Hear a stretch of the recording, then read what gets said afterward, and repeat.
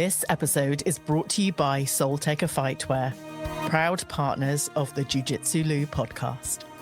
You're listening to the Jiu Jitsu Lou podcast, and I'm Lou Temlett. I know you're having a good day because either you've been on the mats, considering getting on the mats, or maybe you want to be the best. I'm so happy you're here listening or watching this episode. Please don't tap out before the end. When you see your family on the mats start training Jiu Jitsu, I'd like to welcome Amber Whitston to my podcast. Hi, Amber. Hi. How are you doing? I'm good, thank you. How are you? Very well, thank you. And thank you for joining me. Amber Whitston is a newly promoted yellow and black belt from Southern Quarter. And I just want to wish you happy birthday because you recently turned 15. How does it feel? Feels good, feels all right. Okay, I'll let you into a secret. When we're recording this, Amber is not yet 15, but by the time this episode goes out, she will be. And probably on her way to the British Open in Warwick University in Coventry, along with many of the rest of us, which is where I keep seeing your photo, Amber, with Taya and Gabby, because all of the marketing and branding for the British Open, GI, on May the 16th, obviously today, features you. Yep. Do you remember when that photo was taken? Yeah, we got dragged by Angelica because she really wanted a photo of all of us since we all just got our shiny gold medals. Nice. And she is a fantastic photographer, and we are all looking forward to seeing her at the British Open and various other events. But you were with Taya and Gabby, and you know them quite well. Taya Jones, talk to us about, having friends in jiu-jitsu. It's definitely an important thing because it just makes you feel you've got people by your side and like you're not alone. Yeah. It's just good to have them around. Good. So by training with lots of other girls your age, you feel quite supported. Do you train with the rest of the girls quite regularly? Not as much. Taya likes to come down and visit every now and then, but usually it's just Gabby and Darla with me at training. Fab. Now that's pretty good because all of you are kind of coming through the ranks, and us older hobbyists and wannabe competitors, and maybe a bit more, we are very grateful to not be on the mats at the same time as you because you are so fantastic. Do you remember how many golds you've won so far, Amber? I'm not sure, but... More than you can remember. Yeah, more than I can remember. I love that. So before we started recording, you told me when you started training jiu-jitsu. Mm-hmm. Share with me this story. I started training on Valentine's Day, almost. Just guess it was love in there, and I fell for jiu-jitsu. You've been practicing that line, Amber. I love it. I love it. So that was back in 2022. And the reason why you started is because your dad, Malachi, and your brother were already training jiu-jitsu. Tell us about that. Mm-hmm. Well, they were already training. They trained from the very start when Southern Quarter opened in I think it was December 2021. Yeah. And I used to just come in, watch them train. I was just like, I can do that. I can beat them up. I want to do that. And I went for it. Good. So it took a few months for you to be interested in it. How did it feel when they kind of came back from training? Because we all know training, gi and no gi, you get quite hot and sweaty and you might stink a bit. Was that the case with the rest of your family? Not really, because they have to be hygienic. They have to shower I don't know how to explain it. Just they're germaphobes. Okay, that's good. We all like being being clean on the mats and kit straight in the wash. I know, me and my kids, as soon as we get back from training, kit's in the wash, ready for the next session. So is there lots of kit drying around the place now? Yes. So is this gi and no gi kit? Just no gi at the moment. Nice. Do you prefer? I hate this question. No, I'm not going to ask gi or no gi. So we're talking about gi competitions because I've seen you mostly play in the gi. How do you feel about that? Let's talk about some of your preparation and some of your techniques and submissions. Okay. I used to be a big no-gi person Yep. because of my old coach, Luis. He was all no-gi. He was like a bulldog. But I think he did better in the gi. Maybe. I'm not sure. I think Yep. so anyway. And I always loved no-gi. And another coach, Harry Fall, came along and he made me like the gi more because there was more modern gi jiu-jitsu. Yep. Just all the grips. It's like nice to have all the grips and more control. So I've been doing a lot more gi recently, especially in super fights, which is actually quite shocking. It is because I don't want to stop your flow, but it is quite rare to see gi matches in super fights. But it is really such a joy to see you perform in the gi, whilst at big competitions like the British Open, but at events like ENYO as well. So let's carry on talking about your love for the gi and why it's so special for you. It's a hard question. I don't exactly know. I just I found myself doing it more, Yeah. like more frequently, and it just overruled with my no-gi. Yeah. That's cool. And do you have some nice? I'm always about the gi sets. Is there a particular color you prefer wearing? Blue. I Okay, love I love blue gis and I love the color blue, so it just goes together. good. I like that. That's fair enough for me. Me and my family are in black gis at the moment. That's the trend for now, but that's okay. So you've just recently been promoted to yellow and black belt by your dad. Tell us Yeah. about your kind of development through jiu-jitsu and your belt promotions until recently. So when I had just my belt promotions or just promotions in general. Yeah, let's whatever you feel like you want to talk about. I'm not sure how to explain it, so I'm just gonna just go for it. Go. But when I got my first stripe, I didn't exactly know what it meant at the time. Yeah, So I was just as when I got it, I just started like learning about like there's steps. It's like a step to the next belt, yeah, and apparently something clicked with me in my jujitsu game, just how I was, and I got my second stripe 12 days later. wow. That was with my white belt, so that was a few years ago. But with belt promotions,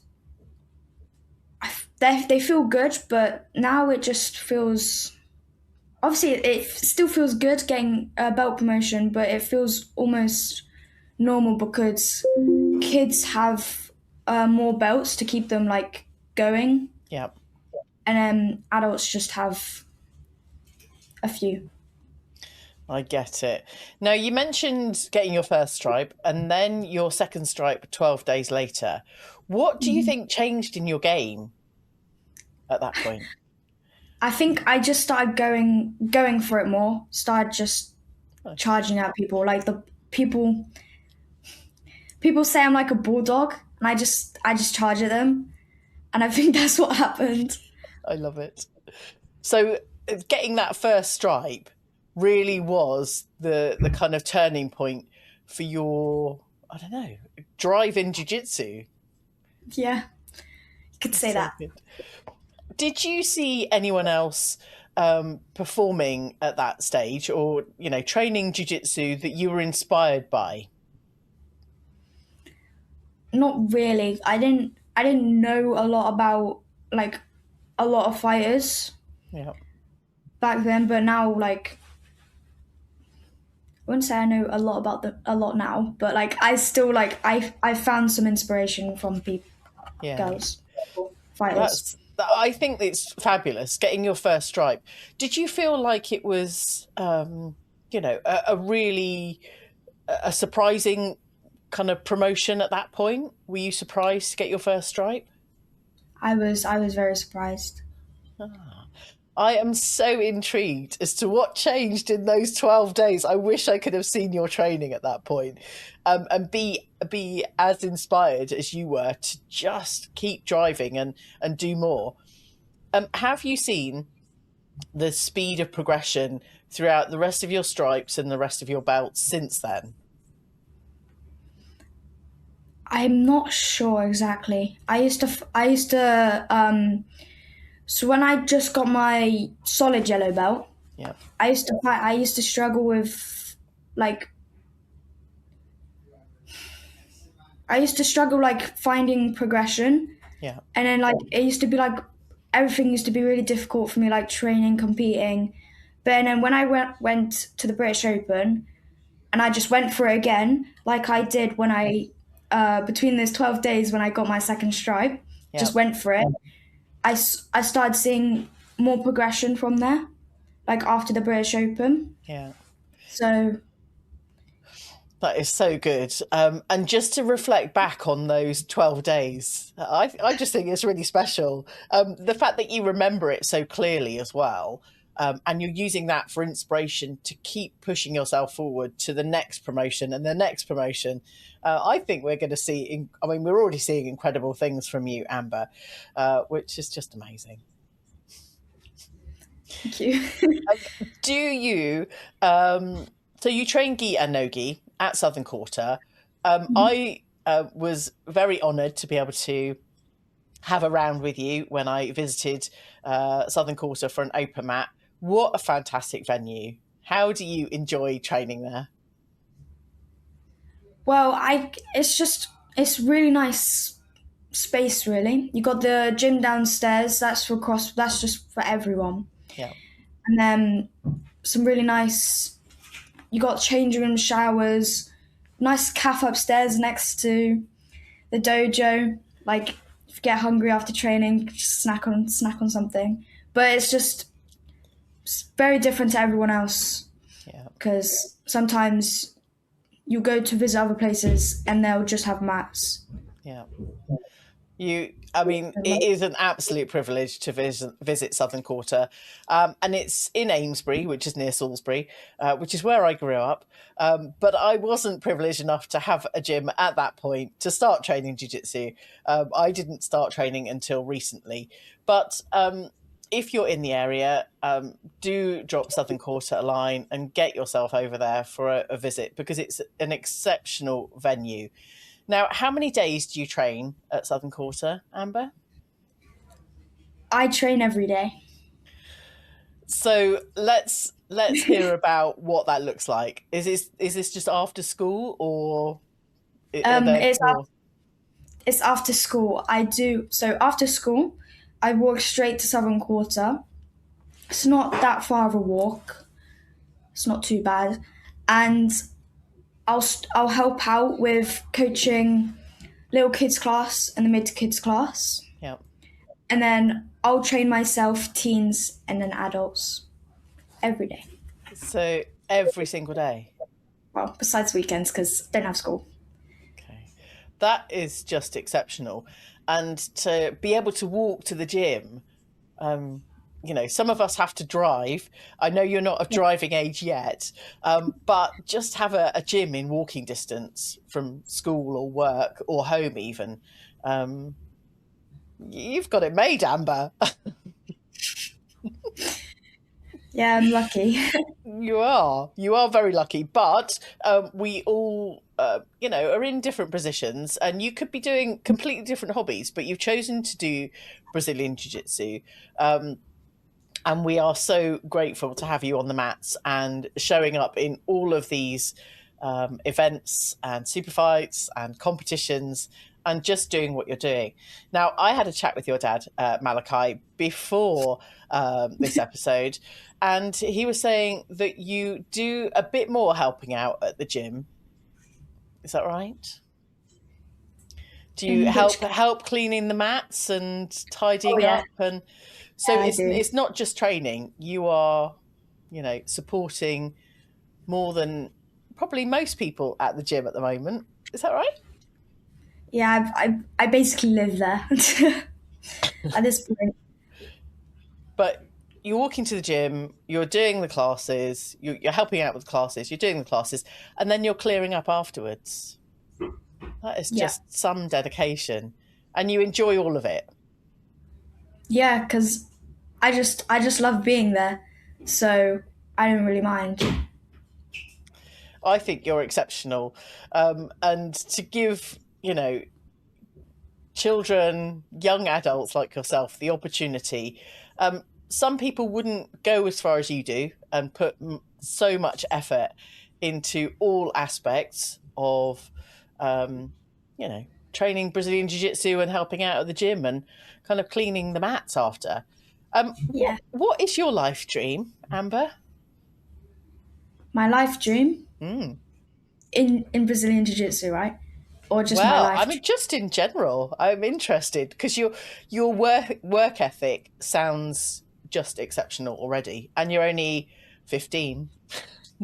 Yeah. Well, I just I just want to keep doing Jiu Jitsu for like as long as I can for like the rest of my life almost. But then I guess I want to also like travel the world a little bit, but I guess kind of helps with jiu-jitsu competitions because like they're everywhere. Yeah, amazing. I am so inspired. I don't even know what to say to you, Amber. But we're all behind you, wishing you all the luck and success because there's just you don't often meet young adults that are so invested in the sport in so many ways. So I just, you're pretty exceptional. I'm just putting that out there. Thanks. I'm sure I'm sure Dad and your brother tell you that all the time. Yeah, almost in choking me out. It's fine. That's another thing. That's like it sounds weird to say, but it's like normal because it's a jiu-jitsu household that you could Yeah, just go around like submitting each other, attacking each other. I get But that. for others, Uh, it's like, yes. what are you doing? Yeah, I know. Me and the kids, we went on a lovely walk earlier, and I did try and double leg them, but the rear naked choke got me from both of them actually. So I just give up at that point. Community spotlight on Southern Quarter Brazilian Jiu Jitsu, where Amber Whitston trains and helps coach. It's a strong, supportive academy with a real focus on developing people on and off the mats. And Amber's a big part of that, giving her time after school to help coach and look after the gym. That kind of commitment says a lot about both the environment and the people in it. If you want to follow what they're building, go and check them out at SQBJJ_. This is the Jiu Jitsu Lou podcast with me, Lou Temlett, coming to you from the UK. Keep checking out the clips that drop as soon as I've recorded an episode, usually way before the episode goes live. And as usual, check out the clips on Instagram, YouTube, and TikTok. Today, I'm having a conversation with Amber Whitston. Amber, let's talk about your competition competitions that you get involved with and super fights. Let's start with ENYO. ENYO. Okay. So the first time I was on ENYO, that was ENYO 7. That was back in June, I believe. Yeah. It was just shocking that I was even like invited, that I was even there, because it's just such like it just feels great to be there, and with such like high level people. Obviously friends and teammates were there as well, so it was great. Good. Um And you competed on ENYO 7. yeah. Do you remember much about your match? It was it was just scrappy. It was very scrappy. Like Lily Marlowe, she threw me over her head. It was I went for a trip, but it was fun. Good. I actually remember that match now. You've reminded me, because it was down in Southampton, wasn't it? Yeah. That was just such an epic event. You young girls brought the fire to the very beginning of that event, and it never stopped throughout the whole of ENYO 7. And it's the same with all of ENYO events. Joe and John do an incredible, put on a credit, and the whole team put on an incredible performance. Hmm. But so that was ENYO 7. Hmm. Do you remember the vibes after that event? Because I remember seeing some of you, and yeah, it felt like a really energetic place to be. Hmm. It was all obviously I was devastated about the loss, but it was just it was also much fun because like me, Bo, Taya, Gabby, and Darla, we all just went to the back and then we were just like talking loads. We were like about our matches. We were supporting the other women fighting on the mats. Yeah, It was just great to see and great to have everyone there. yeah, it was incredible. I don't even know what to say about ENYO events because they're always so exceptional. Um, but just having your teammates and friends around you supporting, talking about your matches, doing the kind of debrief sounds like a really great way to learn and develop between you. Um, Hmm. yeah, that's good. So let's talk about ENYO 8, because that was over in Western Supermare recently. Um, Hmm. yeah, talk me through ENYO 8 for you. Um, it was the same. It just feels great. I didn't get the win again, but hopefully next time. I was up against very talented girl, Sophia, and I should probably learn some more triangle escapes because I was I was stuck in a triangle for almost half the match and I escaped in like the last 20 seconds. Yeah, But it was good. It was very technical. yeah. I think I'm just in awe of you showing up at these events and doing your absolute best. And one of the things I'm most inspired by is the fact that you've lost these matches, but it's not a devastating thing for you. How do you how do you kind of deal with, after the match? How do you deal with not winning? Because I know emotions can flow. There can be tears, there can be upset, but it sounds like you're a bit more balanced about your performance. I think it's because I was so used to competing that it's kind of like you win or lose, you're having fun anyway, so you just kind of get used to it. But I can remember after my ENYO 8 match, I had Gabby with me, and then she was like trying to calm me down or whatever. And I just sat down. I was just thinking through it. I Yeah, was just thinking through my match, and I realized it's not really that deep because you're gonna win or lose anyway. And then I just went out, watched everyone else, and kind of had some fun. good. Such great advice.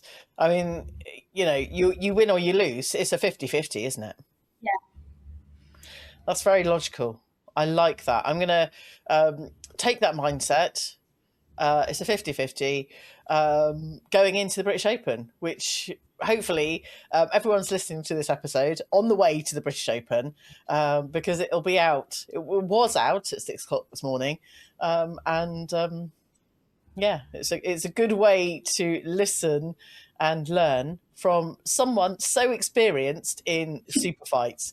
Now, you've not just done ENYO invitationals. Tell us about some of the other super fights you've done. I fought on Collision Invitational as well twice, 3 and 4. I won both of them by an armbar. Yeah, by an armbar. Yeah, So that was 2-0. Hopefully, I'll be on the next one, 3-0. And then I love earlier this year as well, I was on SQ Super Series. It was just a massive scrap. Everyone was so good there as well. And I think I'm not sure. I don't know if I've done any other invitationals. But you're only just 15, and it sounds like you've got at least 5 under your belt so far.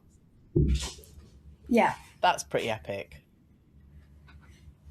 It's pretty epic. It's like most of us are like much older and we haven't even done one yet. But to have the mindset and inspiration from someone like you, Amber, for us, the rest of us to learn from, I'm just in awe. So let's talk about some of your coaches, because one of them is your dad, Malachi, and the other one is Chris Leyendeckers. How do you find their coaching? They just right.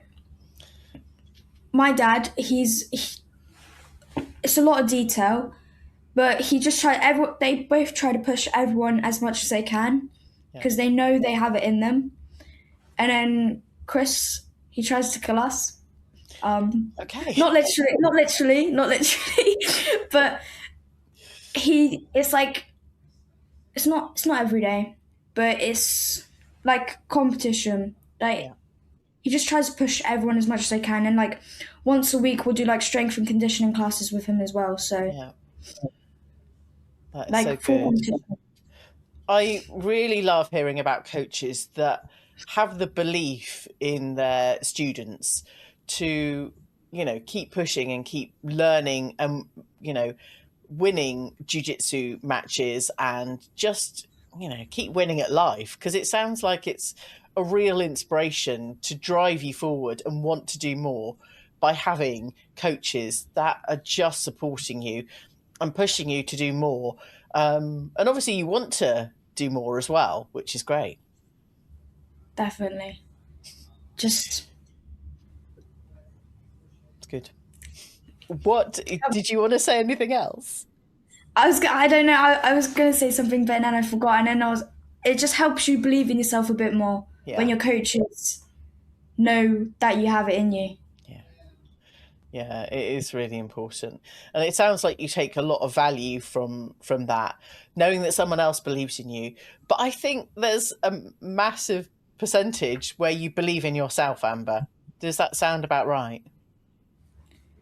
I just know that if I know that I can do it if I try hard enough. Yeah. So I do believe in myself a little bit. Just a little bit? Just a little bit. Maybe a bit more. Yeah, a bit more. You believe in yourself a lot more, Amber. I can see it. What is your favourite submission?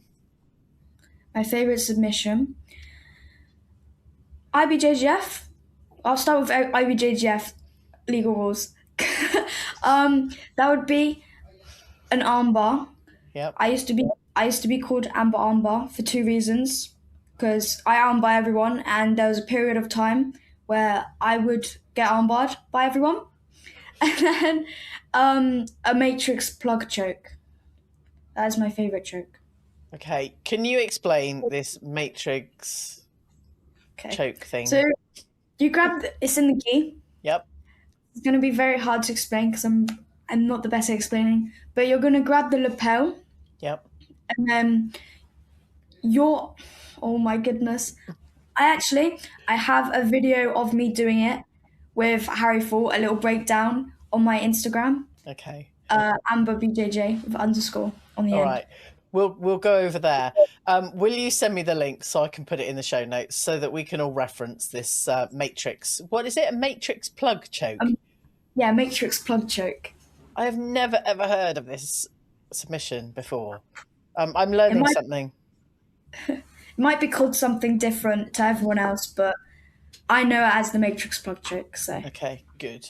I can't even visualize what that might be, so I will be going to have a look at this highlight reel on your Instagram, Amber. Let's. There were lots of other things. So the British Open, you've done the British Open gi and the British Open no gi. How did you perform at the British Open no gi? British Open Nogi. I tried as much as I could, but I was just up against someone who was much more ready than I was. Yeah, Like it always depends on who turns up on the day, and like I thought I was winning at first, yeah, but I believe Roger Gracie says this: anything can happen in 10 minutes. yeah. So Absolutely, it can. And we are all wishing ourselves the success for the British Open, which is today, and any future British Opens, gi or no gi, because I always attempt to go because I have so much FOMO by not going. How much do you enjoy the British Open events, Amber? definitely, I definitely enjoy them. I just enjoy a lot of competitions. Really, it's hard to say, but it's very good. Cool. Now, have you got any other invitationals or competitions that you know that you've got coming up for the rest of 2026? Uh, for what I know, right at this moment, coming up, I have ADCC UK Nationals on the 25th Yep, of April. I have Tanto Polaris 3, which is an invitational, which I believe is 2nd of May yep. in Western Supermare. And then I've signed up for the British Open as well, but Good. sure, I'll do a lot more this year. I think you will. It's just what's Now, confirmed. one of the other things that I chatted with your dad about was you being at Polaris events. So, whilst you've not been on the mats, you have been in some of the highlight reels for Polaris. Tell us the story. Right. I this sounds really awkward to say it myself, but people call me the belt girl at Polaris because I put the belts on the title fighters. I get the I get to do that, which I'm super grateful for. But sometimes you get the nerves from it. I feel like I get more nerves from putting these belts on than actually competing. I remember the first time I ever put a belt on. I think I did it on Helena Creva Yep. in Doncaster. I put it on upside down, and then that messed with my head. And then Mateus was fighting, and the ref forgot he was getting his belt, and I had to chase him across the mat with the belt, and it was so awkward. So I've definitely done better than that, but this is my Well, first time. that sounds like the beginning of your journey. But you've presented Helena with more than one belt. Yeah. I can't remember how many times. I think she's only done it twice, maybe Yeah. 3 times. I can't remember. And then I put it on Fionn Davis as well. Wow. Not many 15-year-olds or anyone Definitely. can say that they've had this opportunity. It's just incredible, Amber. I don't know what to say. It is incredible. I don't know what to say either. But we are getting to the end of the episode. Have you had conversations with any of these athletes that you kind of put title belts on, or do you kind of put the belt on and then kind of scurry away?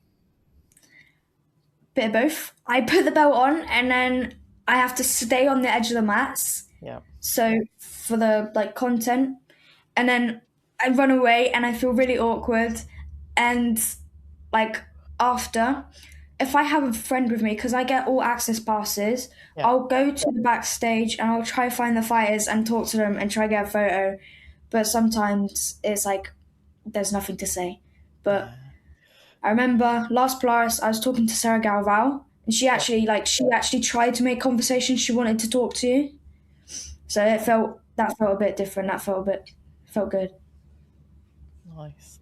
Is there anyone that you'd like to put a title bout on that you haven't so far? I know I just said her, but Sarah Galval, I haven't put a belt on her yet. I think her jiu-jitsu is just amazing, really. Because last time she was fighting for the title, I Yeah. think. I'm not sure, but she didn't get the belt. She won, but yeah, she fought Libby. I'd Yeah. like to put a belt on her. Okay, cool. We'll see if we can make that happen. Obviously, lots of things need to happen in that, but that sounds like a dream for you. How about a dream for your jiu-jitsu, Amber? What does that look I like? do. Hopefully I'm gonna get some more IBJJF comps in because I actually haven't done IBJJF comp yet. Europeans was just today, the gi one. So hopefully I'll do no gi later in the year. But I wanna do some more. I wanna do IBJJF. I wanna do some more. I just wanna do everything. I wanna do more ADCC as well because you can do like some really good footlocks and stuff. I can do everything but a heel hook. It's so cool. Oh, I love it. I love the enthusiasm and the vision that you've got for your jiu-jitsu. And you're only just 15. So I want to once again wish you happy birthday and looking forward to seeing you at the British Open today and at future events because it will just be amazing. No arm barring me or matrix plug chokes. Thank you, Amber, if we spar again. Okay. Okay, Thank I don't you. mean that really, but just don't submit me too much. Be nice. Amber, you are incredible. Please remind us how people can follow your journey. You can find me on Instagram. My username is AmberBJJ with underscore on the end. Cool. AmberBJJ underscore. We wish you all the success and thank you for being so inspirational and just, putting in the work across all areas of jiu-jitsu and just being inspired by other people, but equally being such a massive inspiration to the rest of us. Thank you, Amber. Thank you. Thank you. Wow, that was a conversation. I love having conversations with athletes, upcoming athletes, because you never know what they're going to say and how inspirational they are. Please go and follow Amber BJJ _ over on Instagram and go and check out that Matrix plug choke, please. But don't spar with me with that one. Thank you. That's it. Thank you so much for listening. Thank you for telling your friends about this show. And as always, please go and check out the clips over on YouTube, Instagram, and TikTok, and drop the show a rating and a review. Help me get to 1,000 subs in 2026 on YouTube. Go and subscribe at jiu.jitsu.lu. Anyway, that's me. Thank you very much. Catch you on the next episode of the Jiu Jitsu Lu podcast.